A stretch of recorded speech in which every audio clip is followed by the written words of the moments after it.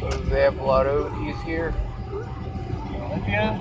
Fucking Yeah. at least 5 a week. Jesus. If not more. One time we had 4 ODs back to back in whole camp. We had 7 ones in the parking lot. Wait, what happened? 7 ODs, fucking like one after the other after the other. Last time I was here, it was in fucking December, and like the month before that, November, and you know the old fucking sanction lot when they first started that shit up, the Billy Frank lot. There's 4 ODs in like 1 10-minute period. It's fucked. Because these kids keep coming through with this fucking fentanyl shit. They don't warn anybody.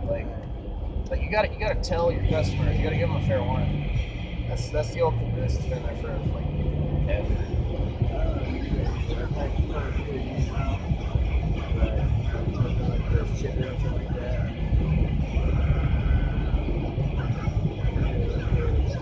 No, I wasn't going to the rich to buy drugs. Quit following me, asshole. Way to have a sense of humor. Oh, now this part's on everything's fucking under construction.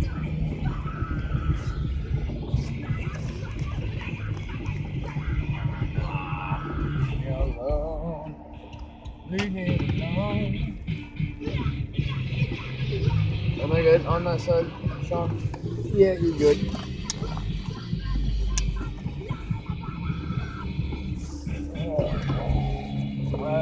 Following me.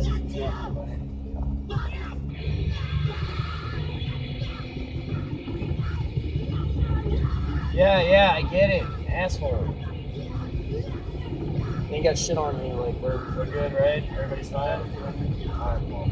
Yeah, I'm clean. Pull me over already, asshole. I got shit on me. Oh, you do? Yeah. Alright, don't talk.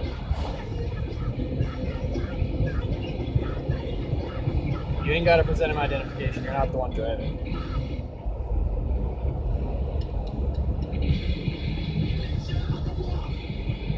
Yeah, dude, what? Dude, don't fucking aim on. I don't want some shit, dude. I'm not trying to do that. I'm not like. Dude, fuck, man. Yeah, I'm sorry. So fucking no, we're fucking. Not fucking good drive. First of all, we should have been down that far. Second of all, when we see the accident, we should have fucking put the person on the hill. You want me to go up the hill or you want me to pull over here? Third of all, I want the fuck out of the vehicle, yeah. Huh? Yeah, I went out. You want out? Yeah, so pull over. Fucking can't pull over. Can't pull over. Let's go up the hill, alright? You can't bust you, you got me you. Huh? No bust you.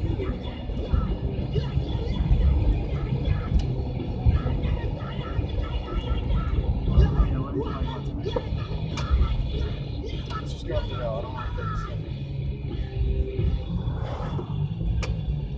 You understand, if you're up there, you have to walk back out right there to fucking crosswalk. And then you get down the park.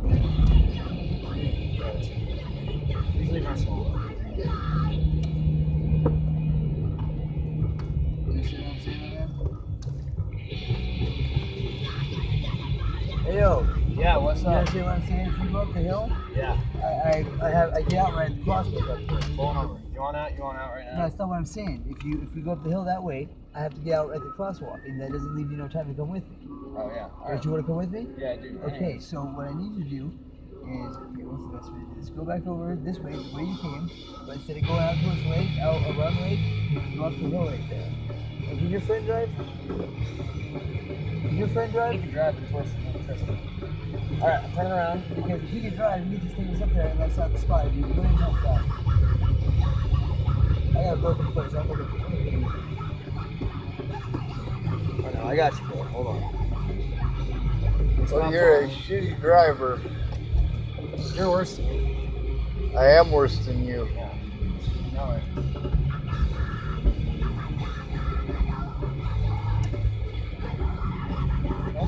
Great.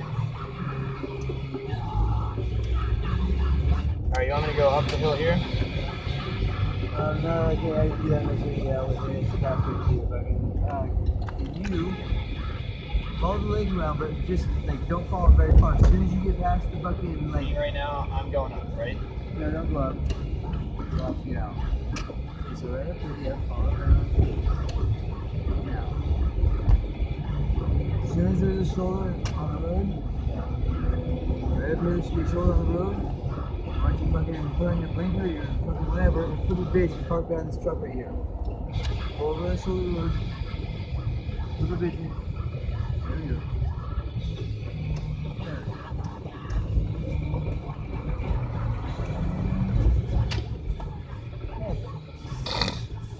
You guys are running, no reason to go back out here and like that. I got my on. Yep. Yeah? Yeah, I do. Okay.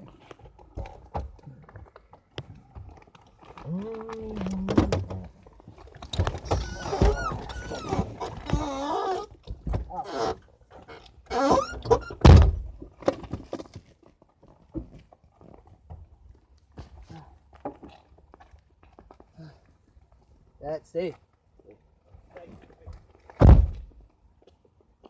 You got a lighter?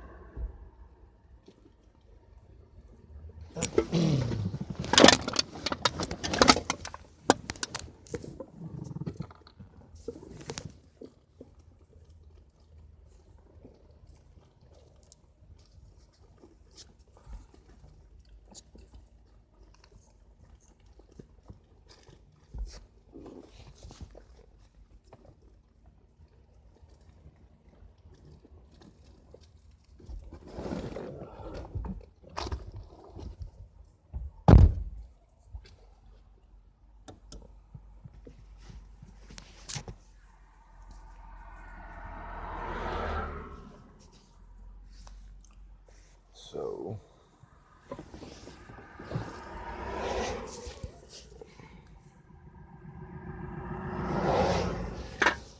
that there is just part of how sketchy it is getting in with people who are into drugs, the kind of people that Natalie's in with. They find out I'm recording, as you can imagine, there's probably not going to be good things that'll happen to me. But the black, that's heroin. Heroin is the black. The white is meth. So, I don't know the area. We're supposed to be going to a campsite. He swears he's not going to bring drugs into the vehicle.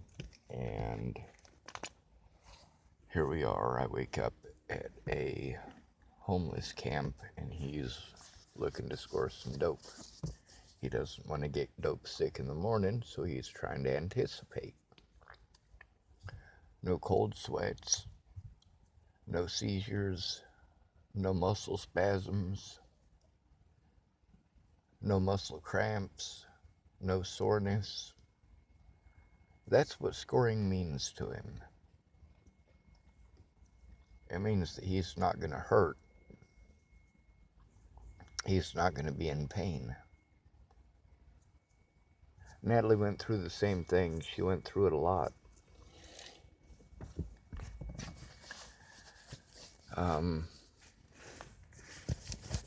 It's not difficult to get into the drug underworld. You just got to use drugs.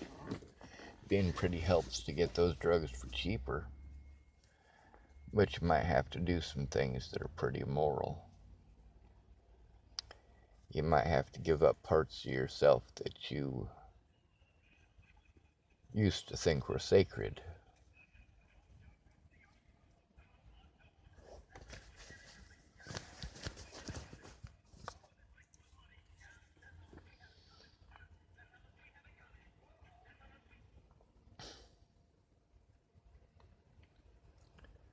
It's not an easy world for him to live in.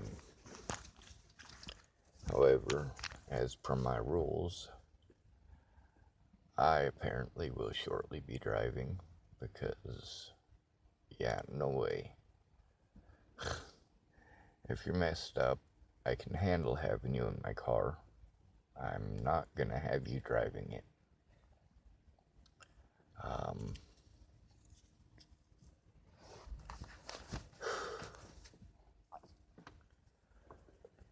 Again, another one of those situations where I don't know the right thing to do.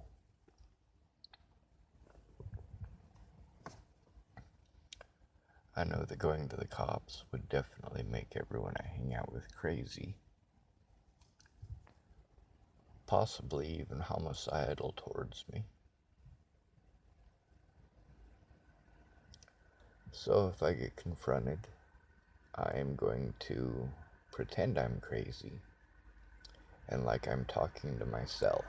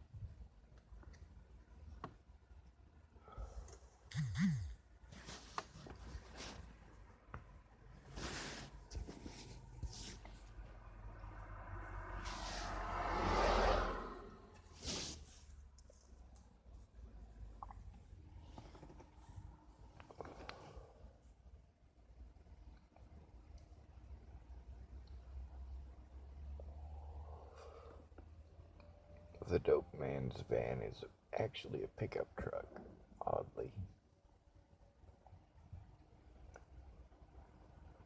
Filled with trash and bike parts in the back.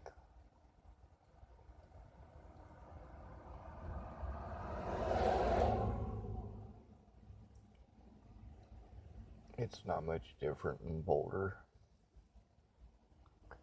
It's not much different in Chapel.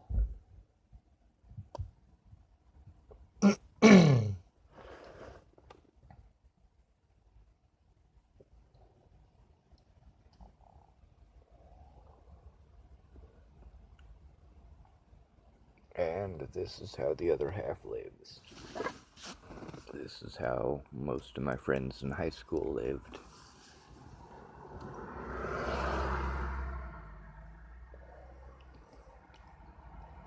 Spending hours and hours and hours per day looking for dope. That's why I quit hanging out with them. The first time I moved to Boulder, it's because my friends were stealing their parents' tools to go buy dope, to go sit in Julesburg for 3 to 4 hours because somebody's paranoid,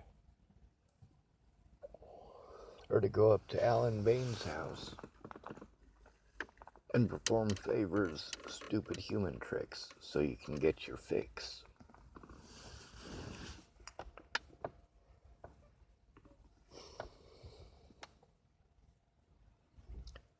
And this here is why I avoid drugs. It's also why I try to help out people who are addicted to drugs. But it's tough. It's tough for them to quit. It's tough for them to understand that they're putting others at risk. It's tough for them to understand that me, as the owner of the vehicle, is the one who gets in trouble if they get busted. So here I sit. This is the third place that we've gone. I've asked Kat multiple times if we can go out to a camping spot. He says he knows of one. But nope. Here we are several hours later, still out looking for dope, and I don't fucking want any. I am not interested. I don't want it anywhere near me. I don't want it in my vehicle. So he is apparently going off to do it elsewhere and then come back. Problem is, this is not where I want to be. I want to be up in the mountains, passed out, not going around from God, and this is the kind of stuff that Natalie was into. This is the kind of stuff her sister was into. Most of my friends know this game. Most of them have lived through it. So I'm sitting on the side of the road. It's sketch as fuck. If I were a police officer, I would pull me over, even though I'm already pulled over. Which is why those officers who pulled me over in Sheridan at the beginning of the year, Sheridan, Wyoming, that's why I was glad those guys were doing their jobs. That's why I was glad they were checking the parking lots. Even though they checked me, I'm fine with it, as long as it gets these people off the streets. Most of these folks that are in these homeless camps are addicted to something or other. A lot of them, it's just attention. They didn't get much of it. They were always given the negative attention because they weren't the pretty ones or they weren't the rich ones.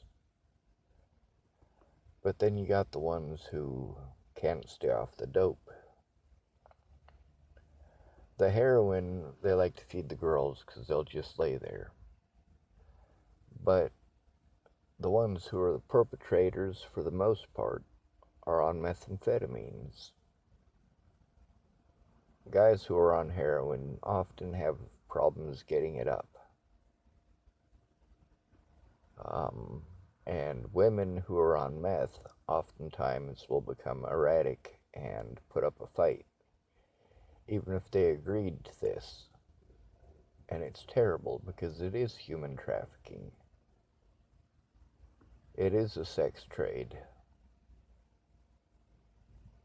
It is a drug trade. And this is why I exploit the shit out of it. This is why I show you people what the fuck is actually going on. This is the United States of America. We gotta look out for our brothers and sisters. When they're addicts, you want your daughter coming down here? You want her hanging out in this scenario? Yeah, I wouldn't either. I didn't want Natalie in this. This is what her dad put her in. This is what Tim Beeson put her in. And you guys want me to just let it go? Hell no. So a lot of these women who end up on the homeless circuit, which Natalie seemed to glorify because of the drugs, but she never had to live it. Thank goodness. Because when you have to live it, and those meth heads want to have their way with you, they're gonna. You're not going to be able to stop them. And I know you got your pepper spray, and you got your bright ideas, and you've got your pride, but no, they'll scare you into silence, and you'll take it. And most of the time, you'll never tell anybody. This is something we could put a stop to, but you have to care. If you don't care, it's going to happen tomorrow to someone else. Next day, it'll happen to somebody else. Maybe it'll hit close to home. It'll happen to your neighbor's kid. Or the young woman across the street who used to play softball with your daughter. Or it might hit even closer than that. Your daughter might go on a heroin binge, and she might go out to Macintosh Dairy, and she might get shot in the head with her boyfriend's pistol. And you guys don't want me to scream and shout. You don't want me to speak out. You want me to keep my mouth shut. I won't do it.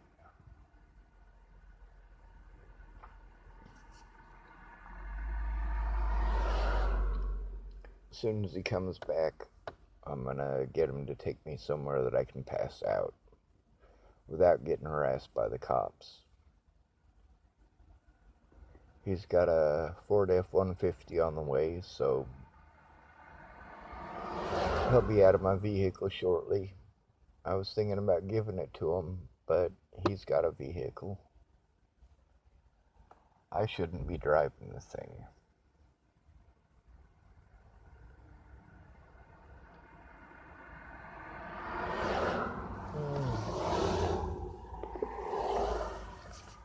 So we're literally parked,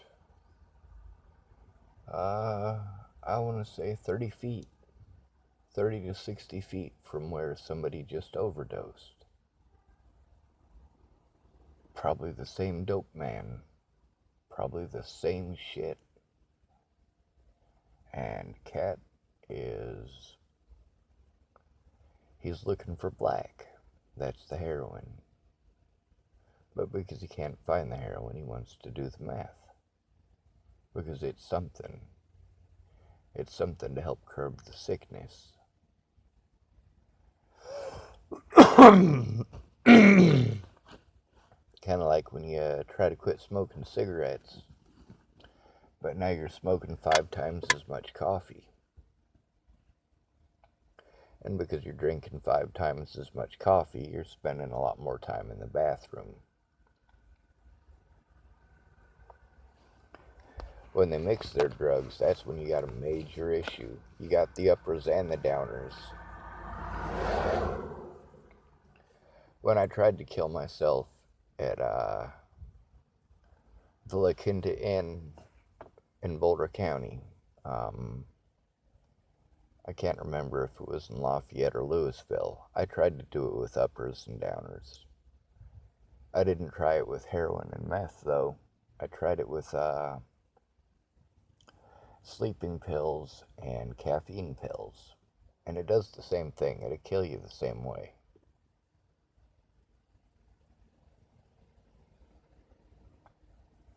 Right now, I gotta worry that this guy might have run into the black, so he might be passed the fuck out in a bush until morning. He might have found the white, and he might end up talking for the next 8 to 12 hours. He might have gotten busted. He might be getting robbed. Any number of things could be happening to him, but those things are more likely to happen to him if he's a female. So keep your sisters close. Keep your moms close. A lot of these people I talk shit about, and a lot of these people I exposed or exploited, they're moms.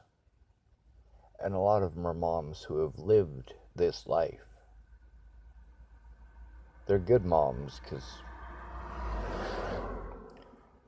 they try to keep their kids safe from this. Not sheltered. Their kids get to meet people that they grew up with.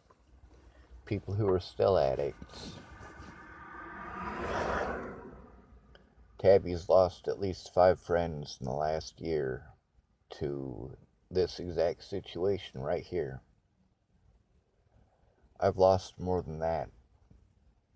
Rabbit's probably got hundreds on his list of people he's lost to this scenario. Just sitting here, waiting on the dope man.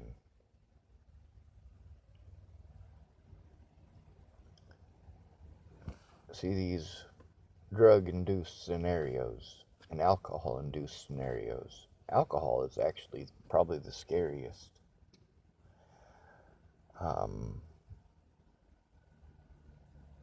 every day. Every day this is happening.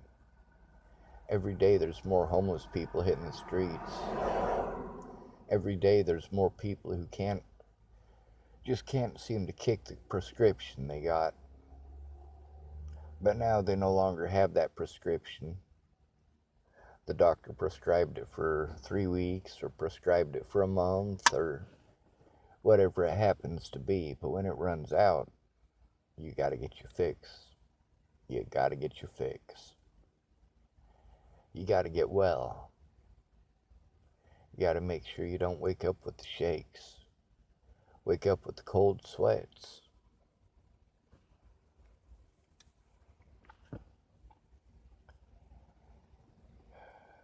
And this is a life that I have chosen to stay away from, to keep a distance from, while maintaining friendships with a lot of people who have addictions.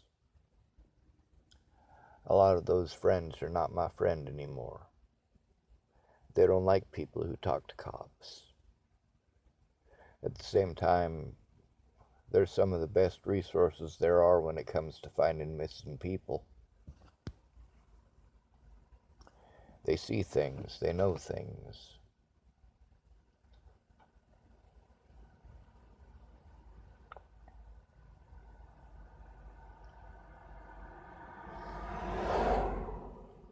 So,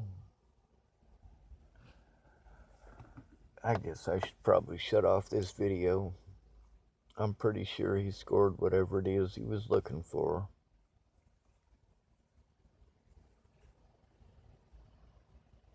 Hopefully we run into his friend with the F-150 tomorrow, so I can get him and his drugs out of my vehicle. Now, I want to believe that he's keeping his word about not bringing them into my vehicle.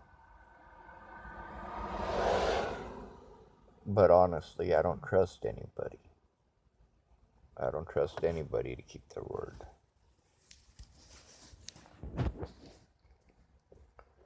No drugs in Sean's car. Not rocket science. No staying up until 3 a.m. waiting on the dope man.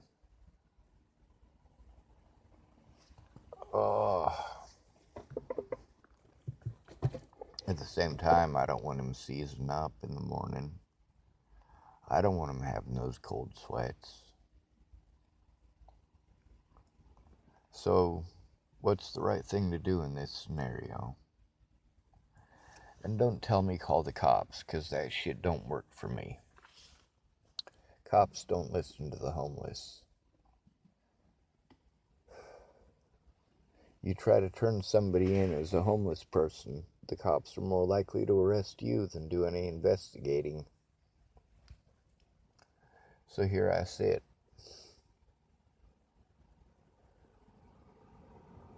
You might tell me I should just drive off, but I got the man's backpack right here.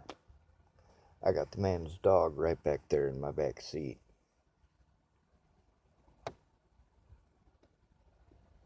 Can't just drive off with this dog, and I don't want to risk what's in his backpack. I just want him to come get it and take it. He's a pretty terrible driver, though. It was almost like he was trying to get himself pulled over by the police here, and the police just didn't want to bother with it. Could have something to do with the fact that the cop that was following us was just over there on the side of the road dealing with someone who overdosed.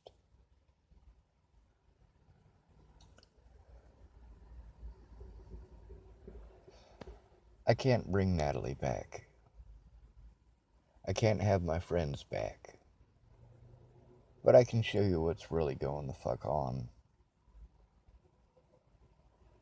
This is America, folks. We got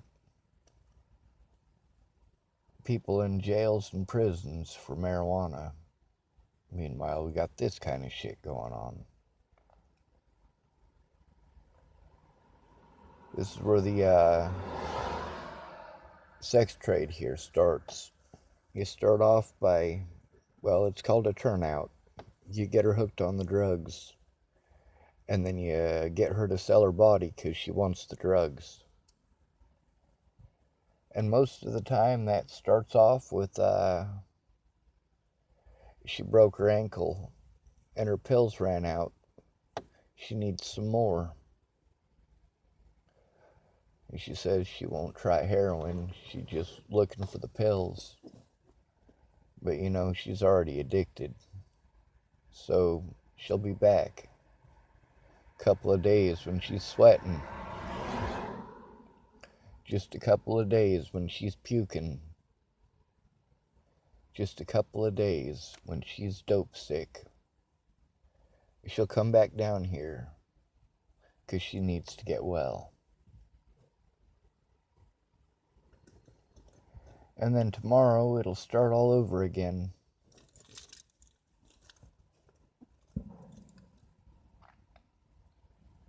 This is the epidemic that I deal with. While motor police go after pot dealers and then want more money to go after the meth dealers they've been ignoring for 7 years. Meanwhile, I'm not in Boulder. I'm in Washington State. And this shit happens here too. It happens in Denver. It happens in Pittsburgh. It happens in Dayton, Ohio. It happens in Richmond, Virginia. This scenario here plays out in every major city, every night, multiple times. This scenario right here plays out every night in the small towns across America. This situation right here, yeah. It don't matter if you live in a town of 600 or 6 million. There's some dumb motherfucker out there doing this right now. Going to get some dope from the dope man. After driving past one of the dope man's corpses. Why do I call it a dope man's corpse? Because those people are dead already.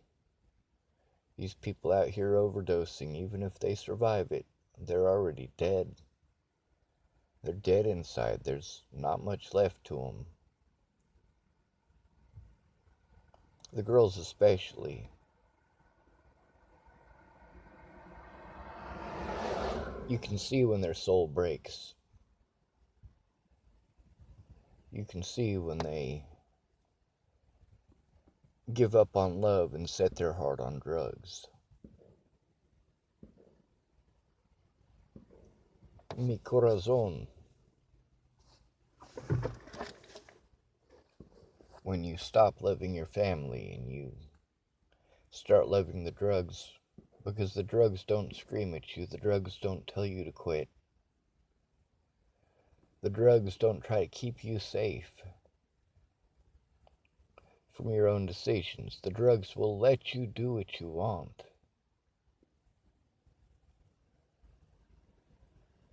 But without the drugs, you're gonna get sick. You need family there who's gonna understand. Family who's not gonna hate you when you steal their shit. When you steal their welder. When you steal their ratchet set. At first, you just pick out little stuff that they're not gonna miss. But as your addiction gets stronger, or you get to owing more money, you gotta steal bigger shit. So you gotta find somebody to blame it on. Otherwise, your free pickpocket's gonna go away. You can't go to mom and dad's house and steal the stereo 4 times unless you got 4 friends you can peg it on. Or rather 4 saps. Because your friends are the dope men.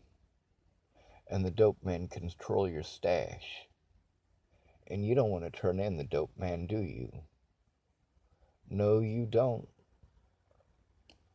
So you turn in Tommy. Because although Tommy's nice to you, he doesn't have the dope. He doesn't have the black. He doesn't have the white. So what is he to you? If you turn in the dope man, you cut off your access to dope. And tomorrow when you're sick and you're puking and you're having the cold sweats and you're seizing up and you can't stand up, or when you do, you have to keep on walking because your legs won't stop. You overamped. You took too much. Now you have to wait for it to wear out while your head is shaky and you're hoping the policeman don't pull up. Then you realize that the policeman is across the street. He's harassing some guy that don't do nothing. What's he harassing that guy for? 'Cause he ain't no trouble. 'Cause he ain't no bother. 'Cause he ain't hiding like the tweakers or the heroin heads. He just out in the open, oblivious to the world, trying to exist. Hoping to see his kids. Hoping to get unhomeless. Wishing somebody would do what it is that my dad did here with this vehicle. They call it kicking it down. Kick down a cigarette. You can kick down a vehicle. A kickdown is basically a gift. I ain't using it. Might as well kick it down to the next guy. Those of y'all in houses might call it paying it forward. Yeah, get down with the kick down. And then here's me. Sober as sober can be, ranting about this shit to my fucking telephone.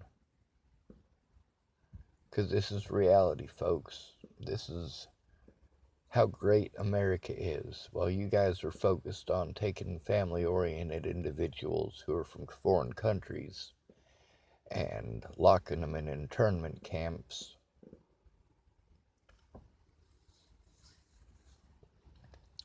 We got plenty of people and plenty of internment camps here in the United States already. They have a lottery at these places and you gotta sign your name. A lottery for a place to sleep at night. Let's imagine when you go down to the grocery store and you buy that $2 lottery ticket that you want to win $20,000 off of. Let's imagine you're going down to that store. You're investing the time and money to go down there and get that ticket, to scratch it off in the hopes of getting somewhere to sleep tonight in a tent without getting in trouble, without getting urinated on, without getting raped.